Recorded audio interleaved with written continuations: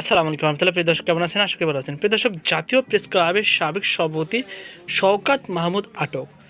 ৭ই ডিসেম্বর ২০২৫ ৫টা ৩৬-এ এই প্রতিবেদনটি প্রকাশিত হয়েছে প্রথম আলোতে। চলুন বিস্তারিত জেনে নিই।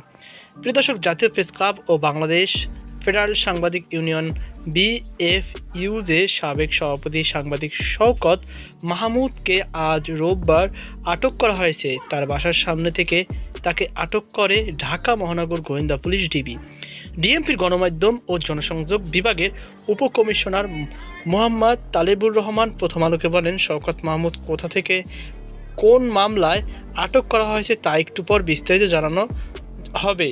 গত এপ্রিলে জনতা পার্টি বাংলাদেশ নামে নতুন একটি রাজনৈতিক দল আত্মপ্রকাশ করে। দলের চেয়ারম্যান চিত্রনায়ক ইলিয়াস কাঞ্চন আর মহাসচিব শওকত মাহমুদ। একসময় বিএনপির ভাইস চেয়ারম্যান ছিলেন শওকত মাহমুদ। ২০২৩ সালের ২১ মার্চ বিএনপির সব পর্যায়ের পদ থেকে তাকে বহিষ্কার করা হয়। তো প্রিয় দর্শক, এই ছিল আমার সর্বশেষ আপডেট। সকল বার্তা অনুষ্ঠান আজকে পর্যন্ত। আল্লাহ হাফেজ।